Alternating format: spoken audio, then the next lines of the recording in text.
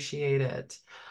So we're going to talk today about gender affirming care. Really, the goal is to kind of give some background on gender affirming care, what it means, how we provide it, as well as kind of what the importance of it is, why it is so important, and give you some information about how we approach gender affirming care, as well as some information about the trans community kind of broadly.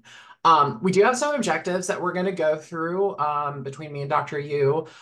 We're really going to talk about the basics of gender affirming care first. And that's going to involve some level setting.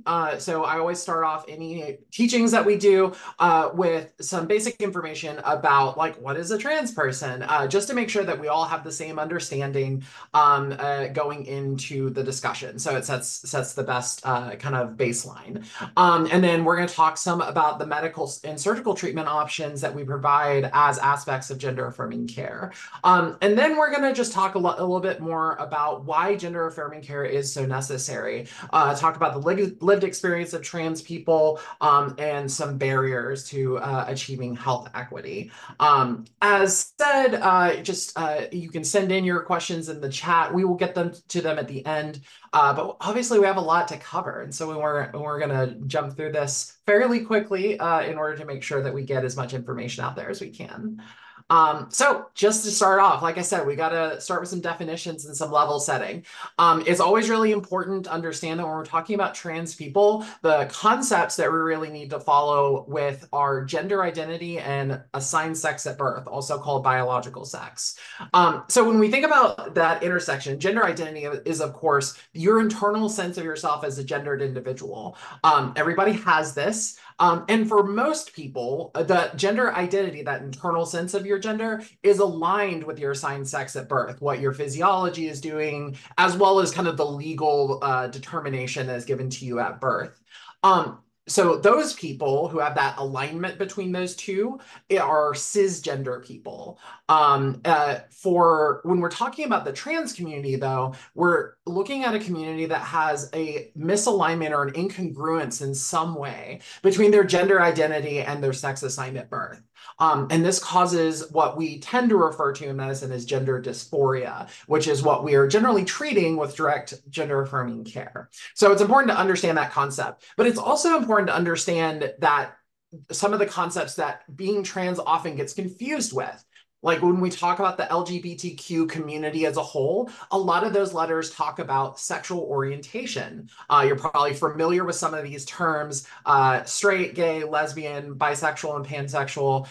These are all terms talking about your sexual and romantic attraction to other people.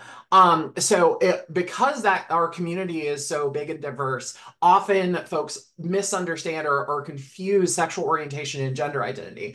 A kind of like catchy way that I tend to remember this is sexual orientation is who you go to bed with, gender identity is who you go to bed as.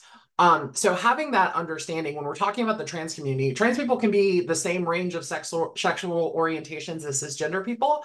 But when we're talking about gender affirming care, we're really talking about that gender identity and assigned sex at birth piece. Another important thing to just clarify is that gender identity isn't the same thing as gender expression. This is how we relate our gender to the outside world. It can be the clothes we wear, the way we act, the way we use our voice, the kind of like norms and tropes we think of. A really good example of this comes from the lesbian community. Someone who would have a butch aesthetic would be someone who is masculine, presenting as far as their style of dress, maybe some of the things that they engage in. And someone who is femme would generally have a more feminine style of dress. And we tend to see gender expression on that like sliding scale from a masculine to feminine, vague slider. But it's important to note that both of these people in this example, the butch woman and a femme woman, are both women. This is not corresponding to their gender identity.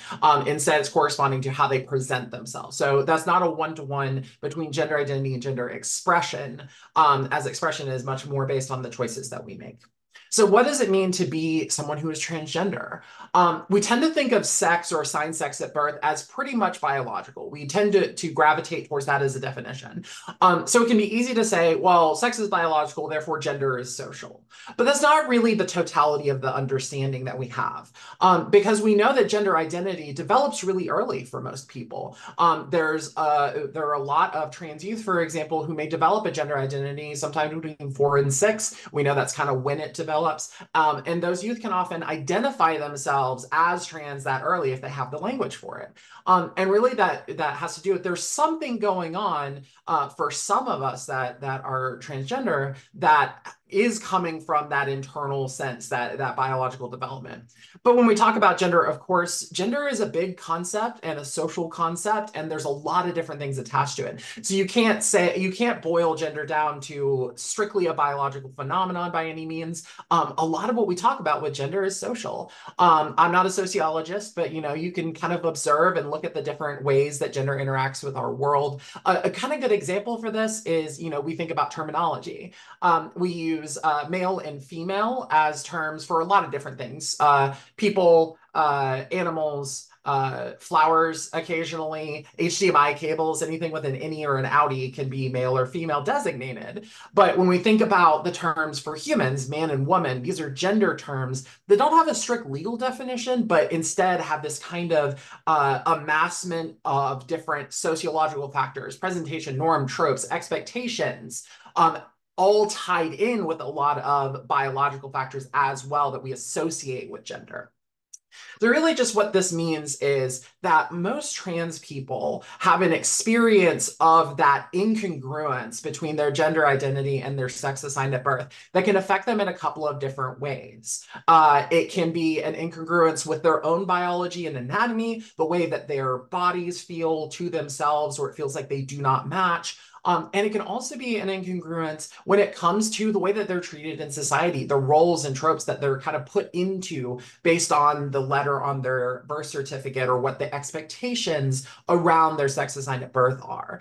And so to fully understand the experience of a trans person, we want to keep both of those things in our heads, and know that there's a lot of physiological stuff that's going on, but there's so much social stuff going on around gender that we want to be aware of and really affects the day-to-day experience of most transgender people. So I mentioned the term gender dysphoria. Gender dysphoria is the clinical term that we use at this point. You'll also notice that I have mentioned the term gender incongruence a bunch of times. Gender incongruence is kind of like where we're going as far as a diagnostic category, but is still not the most used. But really, when we think about gender dysphoria, it's describing that incongruence, that mismatch in one form or another between the gender identity of a patient and their sex assigned at birth. And again, that can manifest in biology, in the way that they interact with their bodies, the way that they interact with the social world around us, or most often both. Is how that interacts. So how do we treat gender dysphoria? How do we help trans patients live their most happy and fulfilling lives, and get past and really help them deal with this gender incongruence? Well, the only way that we can do that is by helping them transition. Transition is a big word, has a lot of different meanings. We tend to think of it in 3 categories. Medical transition is, of course, when we're doing gender affirming care, and we'll talk more about that specifically. But there's also social and legal transition. Social transition is the thing that really affects a lot of trans people day to day to day. And that's their change in name, personal pronouns, gender presentation. And that's where they interact with all of those social factors that we talked about around gender, and really see that influencing their life in a day-to-day basis. And then, of course, legal transition, updating legal documents, being able to change name, gender marker, all of these things are often complex and can be both hard to navigate and then often expensive with bureaucracy behind them. And often as medical providers, we tend to be the ones who are essentially helping patients access some of those legal changes, such as updating the gender marker on your driver's license. A doctor signs that off for the patient in order for them to update that. So that's something that we think about a lot. All of these factors are things that we think about as part of gender affirming care. But of course, the medical aspect is what we tend to focus on the most. When we think about medical and surgical treatment, it's important to note that there are well-established standards for how we provide gender-affirming care coming from a lot of different sources. You may have heard of WPATH, the World Professional Association of Transgender Health. They're kind of a larger organization that creates some basic standards of care, but all our major medical institutions and organizations in the US support gender affirming care and often have their own standards of care around best practices in how to provide that care, whether it's the American Medical Association, the American Psychiatric Association, the American Academy of Pediatrics, and many, many more. They're all in support of providing this care and have attested to how vital it is to have access to gender affirming care. When we see patients for gender affirming care, we also tend to have kind of a follow through. Gender affirming care is multidisciplinary. It is extremely interdisciplinary between a bunch of different types of providers, types of medical systems. And so we really see that in the way that patients progress through a framework of medical transition. Generally, what we tend to see is patients will have an initial coming out period where they will start seeking information. Start looking for information about transition and how medical gender affirming care can help them meet their goals and deal with their gender dysphoria. Now, it's important to note that this initial coming out is not generally when the patient first realizes that they're transgender, but instead is when they're actually actively seeking to treat it, essentially, talking to people about it, engaging in resources. Many patients, especially those in the older generations, may wait years or even decades between realizing that they're transgender and moving into actually seeking gender affirming care. And that has a lot to do with the social situation and all those factors that come into play against trans people. But generally, once they do that, they move into gender affirming medical care. There's a lot of different ways that we provide this. Gender affirming hormone therapy is a pretty common one that you hear about. And this is using exogenous hormones to change the balance of hormones in the body to align it with their gender identity. So this changes a lot of physical features, and this has a massive impact on the well-being of trans people because they see their body transitioning into something that aligns with their gender identity. At the same time, concurrent mental health support is super important, both because of, obviously we came out of a pandemic, everybody needs a therapist, in my opinion. But, having that mental health support for trans individuals going through gender affirming care is really, really vital, both from what they face outside, which we'll talk about just a little bit, outside of the doctor's office, as far as how society treats trans people and the stresses that causes. But also just, changing things and transitioning is a big life change that has a really big effect. So having mental health support is really important as part of that. And then we want gender affirming primary care. Trans people have the same kind of primary care needs as anyone else. They have broken arms and they have diabetes, they have high blood pressure, and they get infections from spider bites. And so that means that they need to be able to go to a doctor. But a lot of the time, medical providers aren't really trained on how to care for trans people. It's not difficult, but if you're not exposed to it in primary medical education, you may not be comfortable providing that care without some kind of secondary education, which is often the case. So there's a lot of cases where trans people will seek out this kind of just general care and be mistreated by providers that don't know how to provide the correct care to them. And at the same time, there are other ancillary things that trans people engage with as part of gender affirming care. Good examples, hair removal and voice training, which are often not covered by insurance. And so there's a lot of cost associated with trans patients accessing this care. Generally, after the first year, they may move on to surgical care. Gender affirming surgical care is a part of gender affirming care. It just works on different, essentially, parts of the body than hormone therapy does directly. And so we'll talk about that a little bit more later. But usually there's a progression where the patient comes out, starts, working with gender affirming medical providers if that meets their goals, and then surgical care is kind of a later addition to their care paradigm. And then finally, lifetime care. We know a lot and have written a lot in the literature about like the first 5 years of transition. And that's like the exciting part where things are happening for trans patients and they're seeing their lives change and, they're seeing their gender dysphoria treated. But then they have a whole life after that.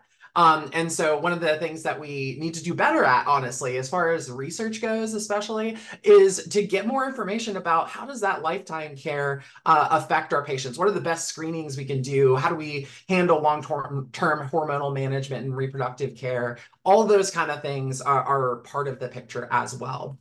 At the same time, all this is going on, the patient is going through social and legal transition, and that is going to affect them really drastically. A lot of folks are ostracized from support systems when they come out, whether they're, broadly in the LGBTQ community, this is true.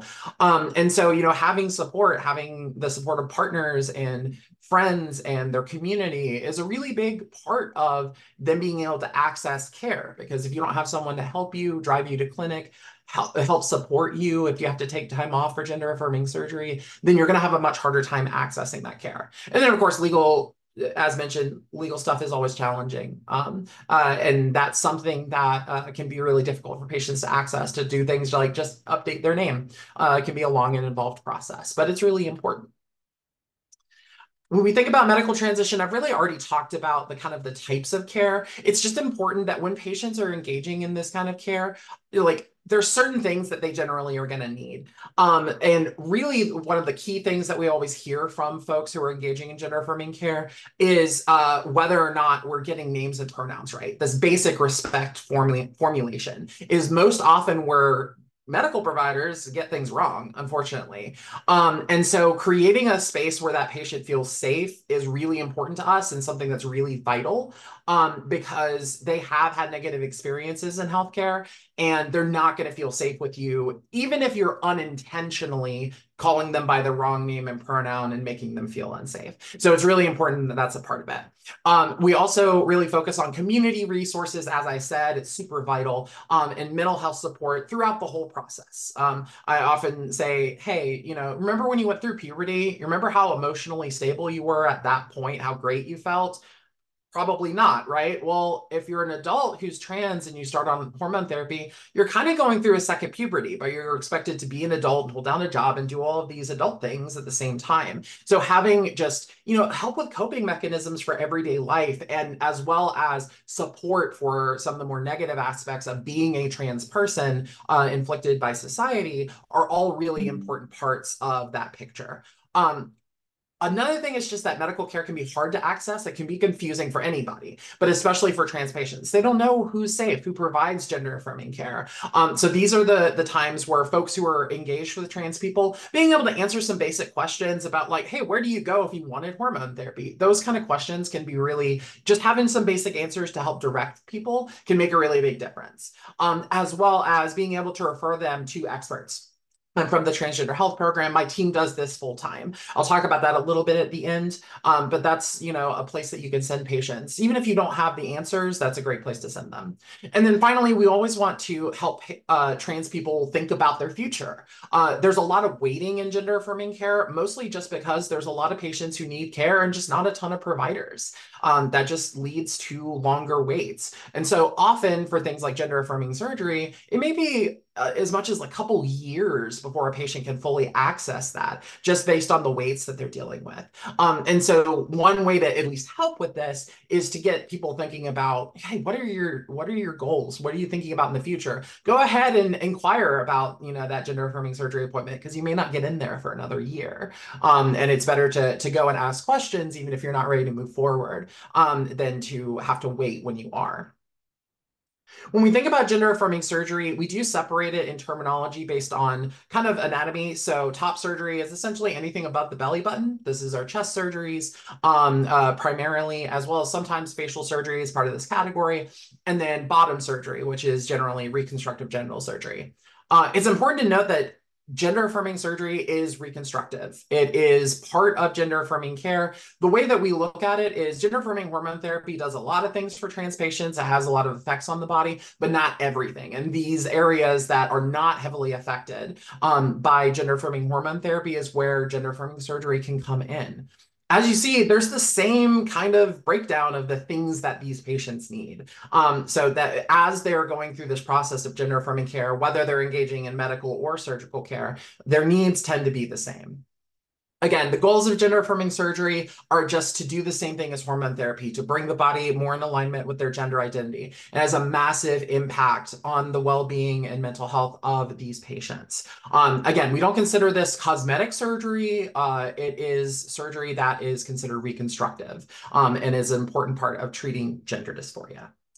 So moving on, I'm going to let RuPaul take over for a bit. Thanks, Catherine. Can we go back one slide? Yes, we can. Thank you. Awesome. Thanks so much for that great, wonderful foundation that Catherine gave. Next, I just want to move us through an activity that is going to start moving into our second question of our title, which is why is gender affirming care necessary? And I just want to make sure we have time for lots of questions and answers at the end. And so for this activity, I am going to ask for 5 volunteers. I know there's only 12 of us on here. So, and I'm asking for volunteers who wouldn't mind unmuting and reading a slide out loud. So feel free to unmute yourself or drop your name in the chat if you're willing to do that. I'm happy to do that. Great, Lauren. Okay. Luis wants to participate. Luis, thank you, Luis.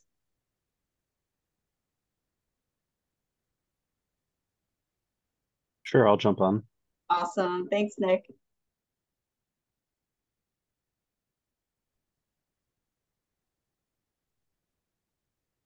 Okay, I don't want to hold us up too much. Maybe I'll take the 4th slide. Catherine, you can take the 5th slide. Is that okay? Okay, so what I'd like to do is I'm going to move us through 5 slides, and these are direct quotes of folks who are of lived experience. The first is a quote from a parent of a kiddo, and then the rest are direct quotes from folks who are either trans or non-binary. These are quotes that were kind of pulled from different publications, and the last quote is actually of a UNC patient.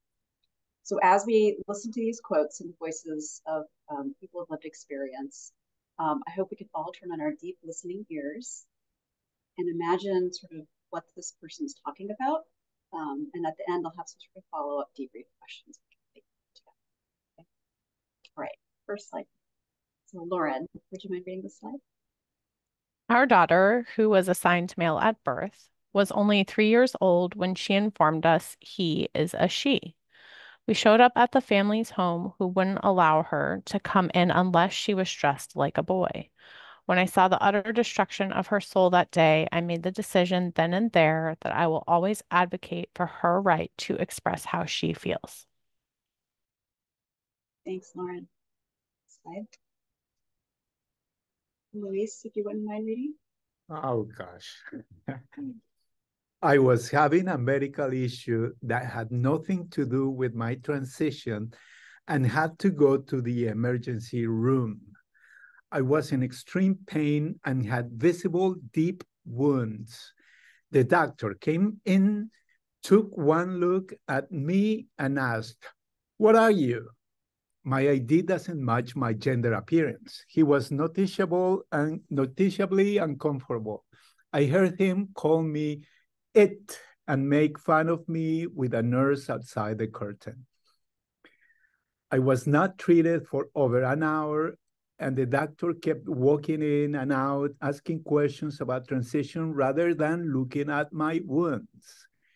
Eventually, the friend that drove me to the hospital calmly put her things down and went to get help from the patient advocate on site. She also spoke to the doctors and nurses, explaining calmly and lovingly what it means to be a trans man. After she did this, I finally got treated. The doctor and nurse later apologized. Thank you so much, Luis. Nick? When people use my correct pronouns, I feel like a worthwhile and real human being. Thanks. I have an insurance that has an exclusion on trans-related care. None of my transition-related care has been covered. I also pay out of pocket for gynecological care because I am listed as male on my insurance. This can be expensive. For example, I paid $1,000 for an ultrasound to screen for ovarian cancer because I was experiencing severe pelvic pain. I will pay out of pocket for my hysterectomy and oophorectomy. My wife and I make a good living, but these costs put a strain on our budget. We are giving up the money we have saved on a down payment for a house. Even as someone who's lucky enough to make a decent wage and have health insurance, trans healthcare is very expensive. I don't know if I'll ever be able to afford some of the surgeries and treatments that I know would help me. And I'm extremely lucky compared to a lot of other trans people.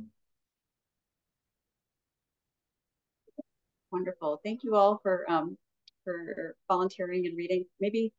Um, maybe for someone who hasn't read a slide, or I guess anyone, what themes or thoughts came to mind as you were listening to some of these stories?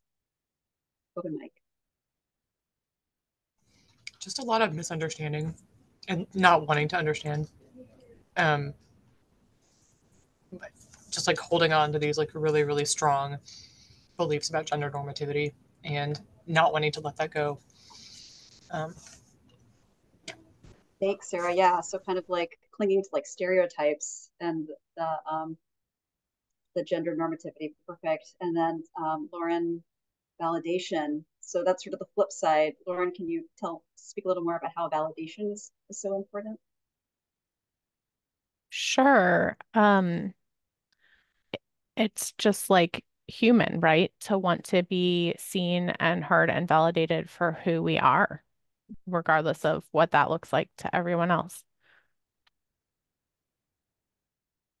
Awesome.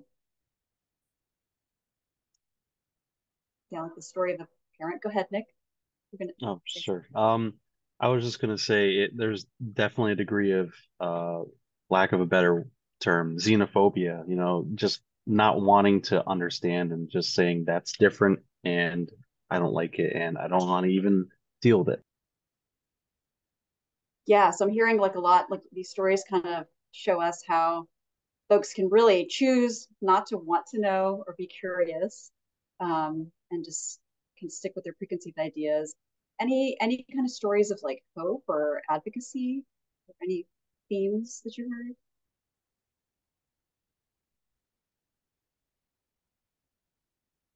Well, definitely the advocacy on the part of the parent in the first one. And then the person who was in the emergency room, the great fortune of having a friend who served as an advocate and really changed a lot of people in that process, which is a very hopeful story to hear. Yes, thank you, Liska. I appreciate that. Absolutely. I think in any movement of any minority population, it's when there are allies who kind of walk alongside folks to kind of help everybody else understand, that can really help push and move the needle towards progress. And sort of one of the reasons why I'm here is in my personal practice of being a family doc. I started providing gender affirming care to my patients about a decade ago, and have just learned so much about how gender affirming care really helps make people feel whole, better, healthier. And it's all the reasons why I became a doctor, was to help people live healthier, more authentic lives. And so let's kind of delve into the data a little bit more about how does a trans experience relate to when we think about epidemiology and what we know helps reduce stigma and discrimination. Yeah, so those examples kind of gave some of the feeling and the experience of trans people. But when we look at the broader picture, there's definitely a lot of health inequities, disparities, and barriers that affect the trans community. And a lot of this, you can kind of work backwards and see where some of these specific, like measurable disparities come from. A lot of it starts with stereotypes, misunderstanding, not taking the time to learn and listen about this group, and which evolves into, Nick, you said xenophobia, the prejudice, right? Moving into a prejudice that then results in, if you hold a prejudice view, you're much more likely to act in a way that is prejudice, causing discrimination and direct effects. And we see that with this community.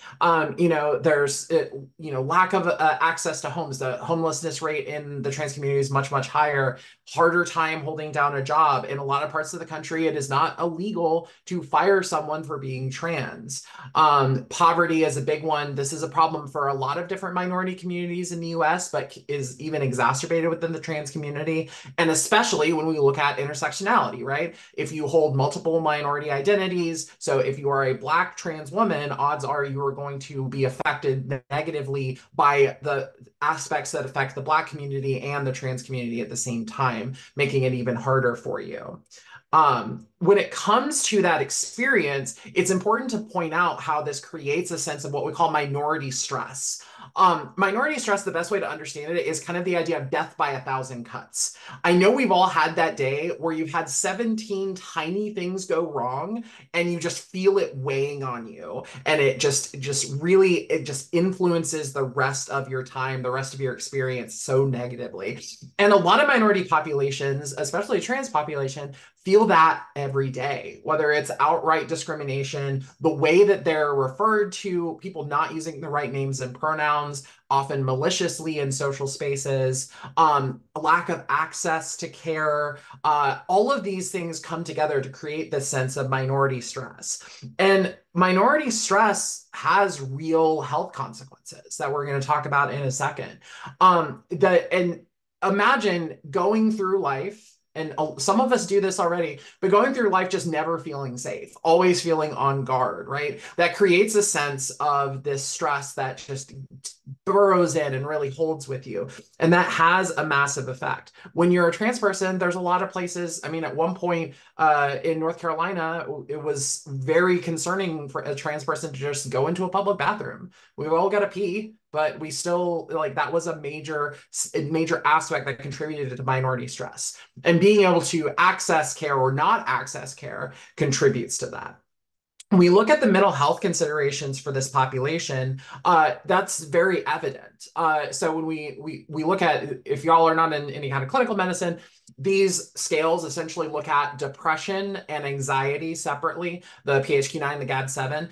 And what we see is when we measure trans people and compare them to cisgender people, they have worse mental health outcomes just kind of broadly because of the situations that they're in. But what's really important about this also is it further stratifies between binary and non-binary trans people. If you're not super familiar with the concept of someone who's non-binary, easy way to think of it is, we tend to think of gender as very binary, man and woman, two options. Someone who's non-binary has an experience and a gender identity that's outside of those two prescribed options.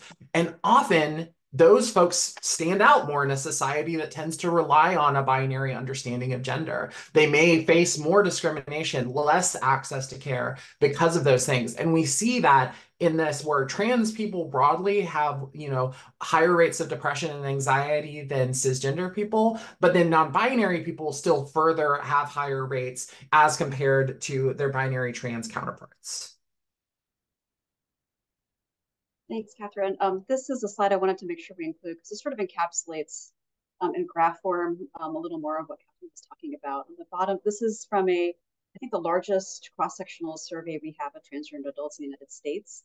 It was conducted almost a decade ago, 27,000 adults, I think in English and in Spanish, done online.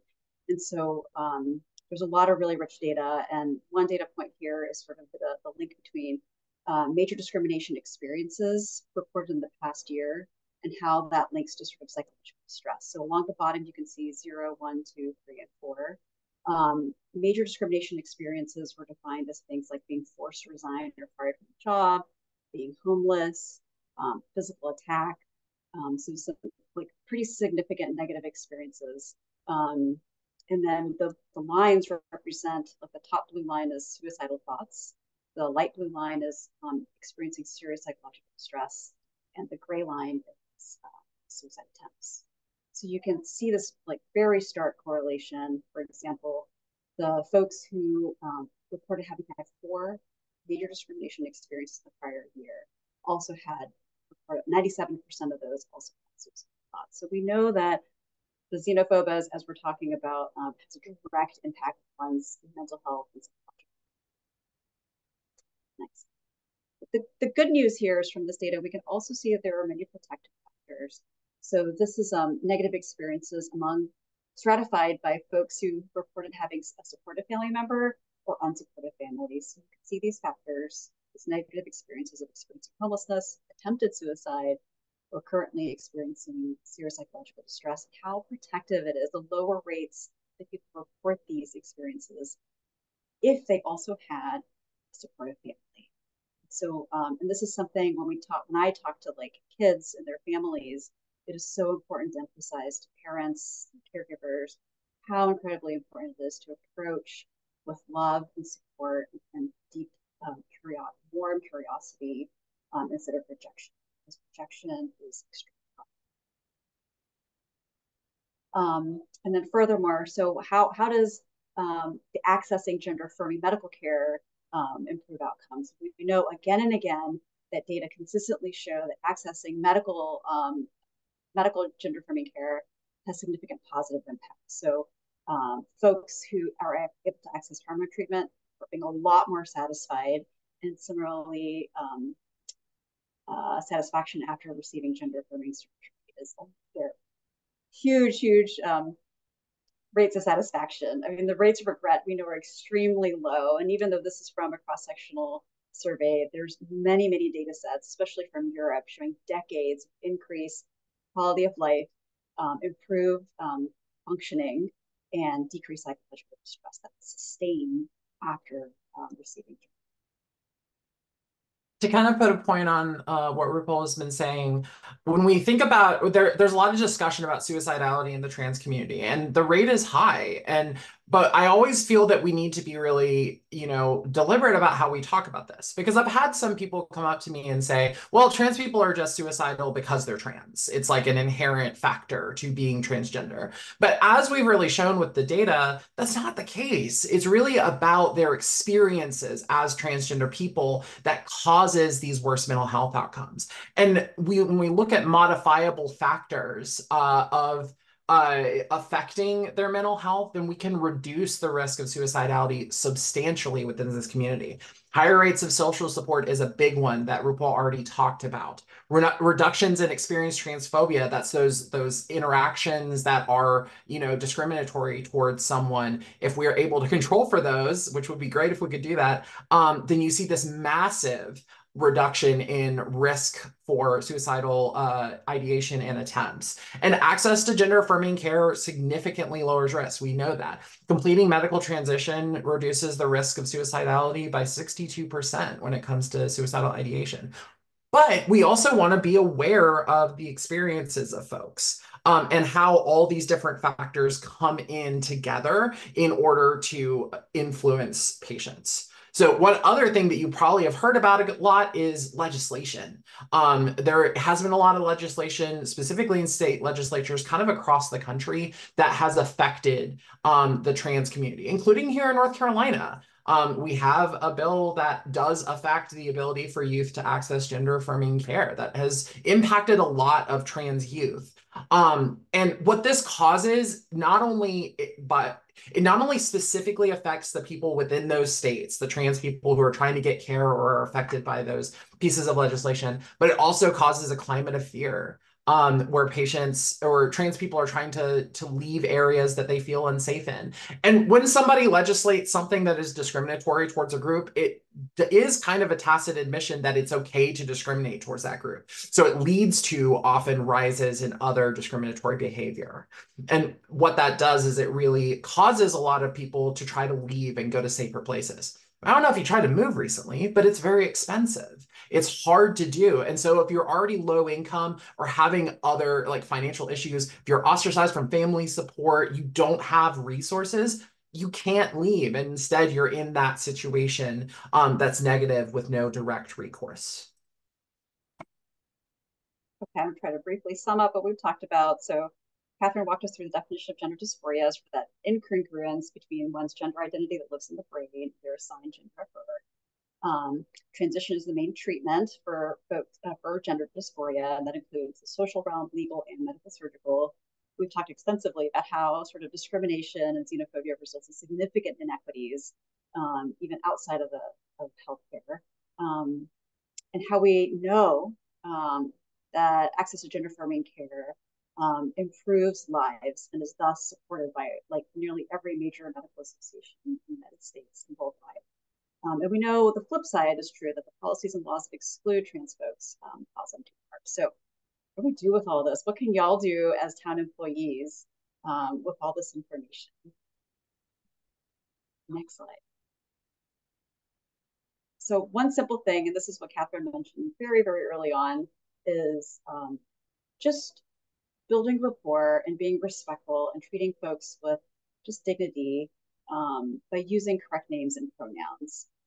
As that one quote was that about using the person's pronouns made them feel like human.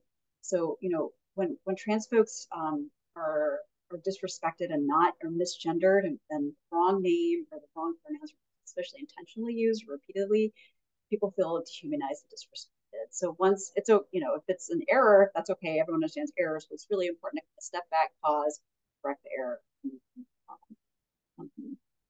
And microaggression is just another word for abuse. So to prevent the sort of like these harms when we interact with one another, it's so important to create these safe spaces and allow people to feel included and use correct names, use pronouns. Try not your best not to assume. I've definitely messed up, and when I'm wrong, I just correct myself and move on. And mark it. In the healthcare setting, we have charts. There's ways we can mark it, and we have to be consistent. So training myself to look in the right places and make sure I'm consistent. And this is like when we do better taking care of trans people, we do better taking care of everybody. So many people don't go by the name that they were given at birth, right? So many people go by different names or pronounce it differently. So just ask and say, hey, my name is Rupal. I use she, her pronouns. What name do you go by? And for some people, it may sound awkward to ask about what pronouns do you use, but it actually can sound like music to someone's ears. It can give other people warm, fuzzy feelings.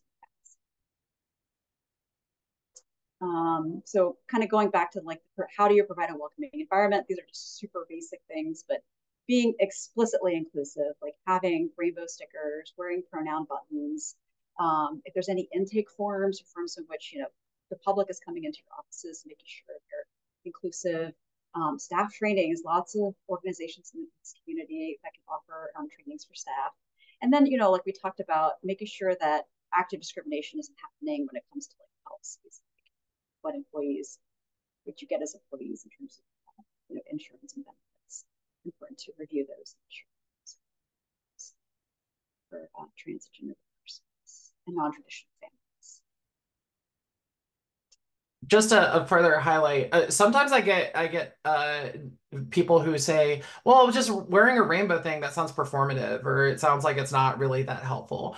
But these are signs that you're safe, that you're a safe person, and you're taking the time to actually really focus on making sure that that patient or that person who's coming into that office or however you're interacting with them feels like they are safer with you. That's the idea of explicit inclusivity, is like really going out of your way. It's not just like, hey, I'm a safe person and it's cool. It's making sure to demonstrate that in some way. So while it may feel like a little awkward, or some people are a little jaded about that idea, for queer people and trans people, these things really do matter. When we see them, it makes a big difference about how we will approach and how safe we will feel, especially if we're in a space where we may be anxious to begin with or not feel like we're going to be treated well. Having somebody with just a little button or a little rainbow flag somewhere can make a lot of difference. So don't underestimate it. Really briefly, just want to talk about what we do with the Trans Health Program. So Trans Health Program is a program that we started in 2019 to provide comprehensive gender affirming care to trans patients all across North Carolina and beyond. We see patients from all around this section of the country. And really the thing that we do is we provide comprehensive gender affirming care. Whatever kind of gender affirming care patients need, we can either provide it directly for them or connect them to community or other resources that can provide it directly for them. And it gives the patients an entry point and essentially a navigator who works directly with them in order to get them to where they need to go. We also are the only comprehensive gender affirming surgery center in this part of the country, but especially in North Carolina, where we offer the full range of gender affirming surgical options as well, which is part of why we see patients from all over. On Monday we saw a patient from Alabama, and that's a common experience. Because there are so few providers and systems offering this kind of care. So the really great thing that we're able to do is really just offer patients an entry point. So no matter what kind of gender affirming care they need, whether it's specific to the UNC system, or whether it's, hey, I need to find a therapist in the community and I live out far away, we can help with all of those things.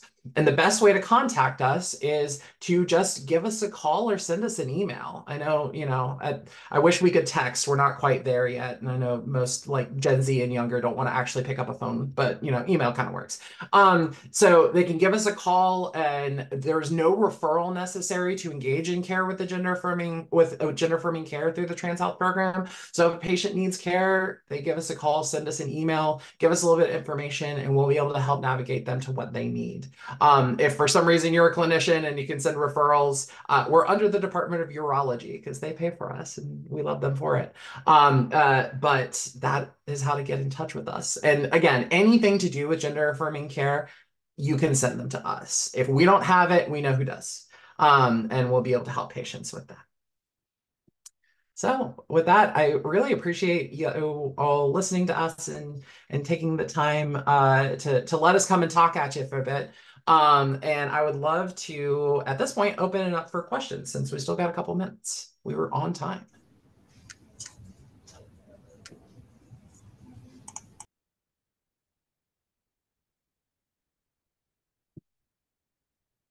You can either just say the question or throw it into the chat as well. I put mine in the chat. It's probably easier just to explain. Yeah, go for it. I'm Sarah, she, her pronouns. Thank you so much, both of you, for coming today and speaking about this. This is very much a work question to a very personal issue, so I hope you'll bear with me. But one of my jobs at the town is I do a lot of like registration forms and surveys to like gauge how programs are doing and things of that nature. And one criticism I've received on one of my forms was the inclusion of transgender as an option on the gender question. Like, what is your gender? Male, female, transgender, non-binary, prefer not to say. And someone actually wrote into the other category saying, well, transgender male is male and transgender female is female. Yes, agree. But my understanding is that we should still include a transgender option to capture people that have not transitioned or still are identifying as transgender. Is that correct? I have an answer to this. Tell me how to be best at this. I have an answer to this question. This is a good question. So this is actually something that we have. I dabble in research. The joke is anything trans related at UNC, I am involved in. I've got my like a magnet. That just comes yeah, exactly. Yeah, it all sticks to me. So in research, this has been a big question as far as like, how do we collect demographics appropriately to measure the trans community? And what they used to do is kind of what you were saying, with the fundamental problem of, man, woman, other, trans doesn't give you much information besides that they are trans.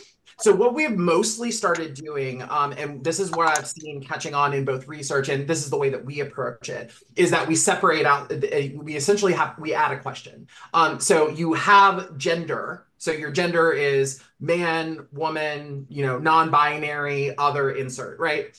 So it gives you those gender options. And then there is just a second question that just says, do you identify as transgender, yes or no? Because then you're allowing for the situation of someone can put themselves as, I'm a woman who is transgender. I am a non-binary person and identify as transgender or not. And that's the way that we found that's kind of the best way so far. Hopefully in the future, we'll find an even better one, but that's where we've gotten so far, which can be a limitation for some systems if you have like prescribed numbers of questions and those kind of things. So that's always an issue as well. But that's the best way to do it. The next workaround would be to just include a longer list of options. So like instead of, you could put, man, woman, trans man, trans woman, non-binary, and give those more options. But if you just put transgender, you're actually shortchanging yourself from information because it's not telling you whether it's like a guy or